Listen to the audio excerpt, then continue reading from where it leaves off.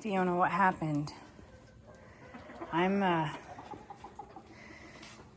repeatedly counting chickens right now, and I'm supposed to have 17, and I can only count 16.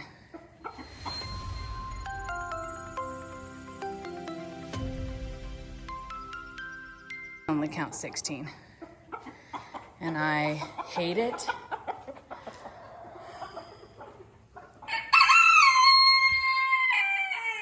And I'm nervous, and now I have to go figure out what happened. Fiona's in here totally like herding chickens.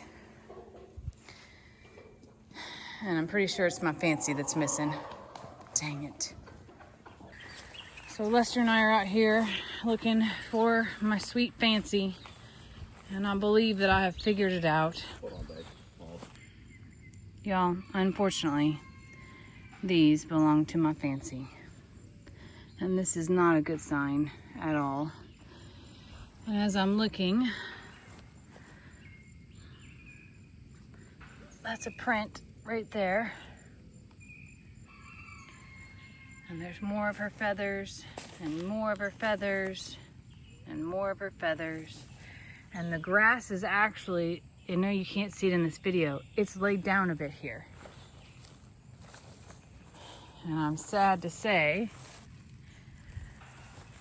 that they got her and brought her up in this, where it's also laid down and there's a path. And oh, this hurts my heart a lot.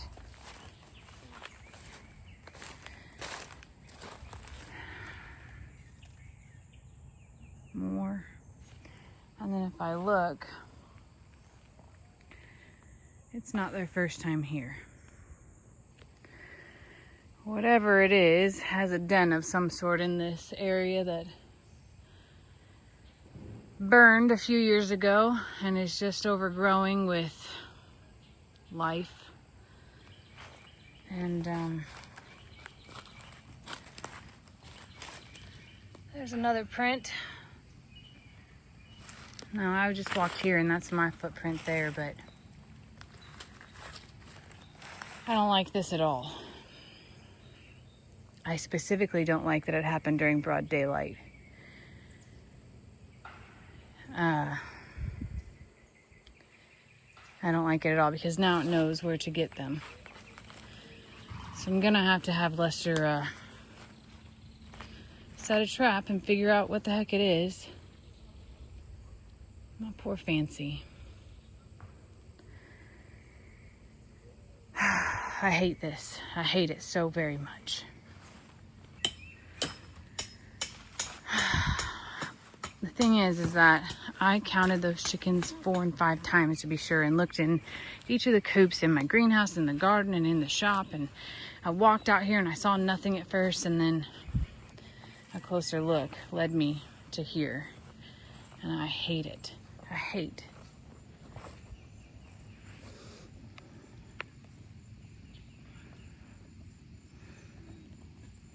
That she's the one that got snatched.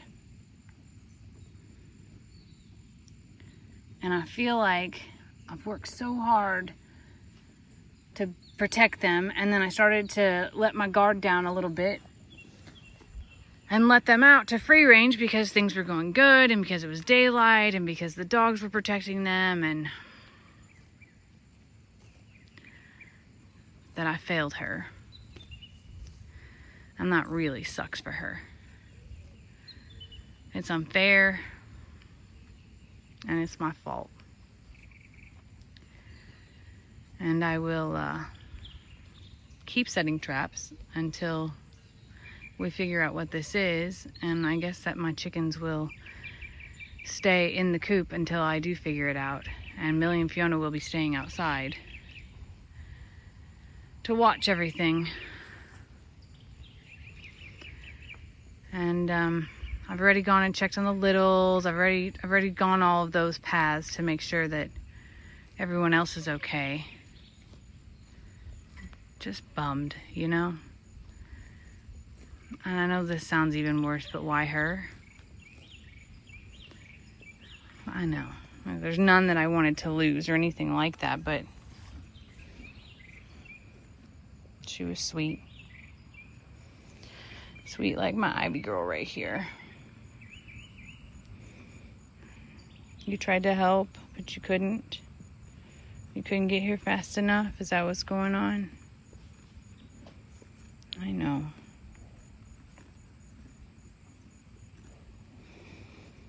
I know you didn't want her to hurt.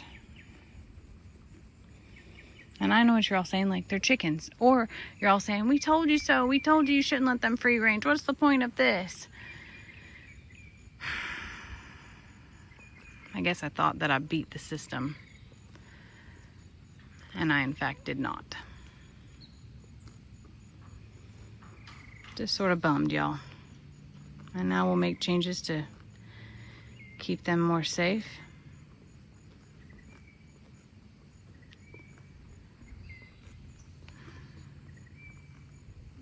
Anyway. Rest in peace, my sweet fancy girl. Thanks, Ivy. She knows I'm upset. I love you. Everyone meet Dark Lester.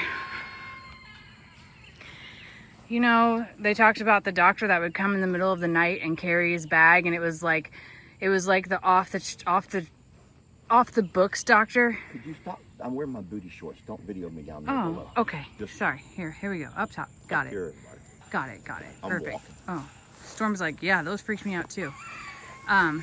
So it's not laughing matter. This is supposed to be a laughing video, Lester. I know. It's my chicken's life for the matter here. here. Video the top of me, not the bottom half of me. Okay, I got it. Go ahead. I'm Dark Lester from here. Down below, I'm just like, I'm not a Lester. You don't want to talk about that Lester. Got it. So here's the thing. Miss Pat is. Oh, are you protecting Mama? Miss Pat called today and said, Jamie, something just came in and stirred her chickens up like crazy. And she said, then I heard yours next door going crazy. And I looked over and they were just running for the hills. And here come Fiona barking like crazy. So it's so great that Fiona was here barking like, girls, can I go make a video of Dad doing this, please? Please. Can we not make a Jamie sandwich today? This is supposed to be a serious video here. Baby. Boy, she is so concerned with what you're doing right now. All right, so I just watched Lester open that trap. Then we staked it into the ground so whatever we trap doesn't pull itself out and crawl off somewhere. And then I see that you've covered it in dirt as well as you pinned it down. So I have to get me a green leaf, because if you put a dry leaf, animals will not step on dry leaves. It kind of reminds you of someone walking through the forest trying to be quiet, and you don't want to step on dry leaves for all the noise it makes, right? Oh. So I'm going to get me a green leaf that's not crunchy-ish. So a green leaf that's not crunchy, and that goes right on top of the trap. And then I'll spread a little bit more the ridge loose of it soil right there on top. Now, if it was an animal that I was concerned about as far as like being very smart, yeah, then I would have to be more careful not to use my bare hands. But if it's animals, I mean, it's close to the house, then it's not going to be spooked off by our smells. Yeah, because I'm out here every day. Yeah, and we're both, doing things, and so it obviously knows that there's humans here, so it's not going to be as spooked. Now, it's hard because I'm underneath this fence. Yeah. But I'm going to sift some sand right on top, and that will kind of like make it to where it'll never see or smell the trap underneath it. And then what you see that I used some actual dry limbs that were here. Oh, to make sure that it's guided underneath that point. It has to be guided into a certain, so it cannot come around the edge. It has to go right through. There's only one way through. Okay. I'll move these leaves here out of the way and make it look natural. And it has to come right through there. There's only one way in and one way out. Okay. So what we're going to also do is to help mask our smell and make it feel a little bit more comfortable. We'll take some coyote urine. Ew. I know. And we're going to, a coyote might walk by and pee on certain surroundings. Yeah. To kind of help, how animals do that. Yeah, to mark their scent. but you don't want to put it on top of the trap. You want to put it around, so and if he comes back, he's not going to be alarmed. He'll think, oh, another coyote's been here, I better, and he'll become a little bit more aggressive, and he'll kind of let his guard down just a dab. Oh. Because he'll think, uh-oh, other coyotes are here. So the coyote would come by and pee on the edge of this bush over here, and we'll just put some around us. Okay. You know, they may kick their leg up on this. It is heavily wooded back here, and this is what's overgrown from the fire last year. You can see still that these trees are stripped, and the tallest ones are actually gone from this area from that fire. So one other thing to remember, if you're wondering why we're not putting a bait, we don't need a bait here. We are the bait.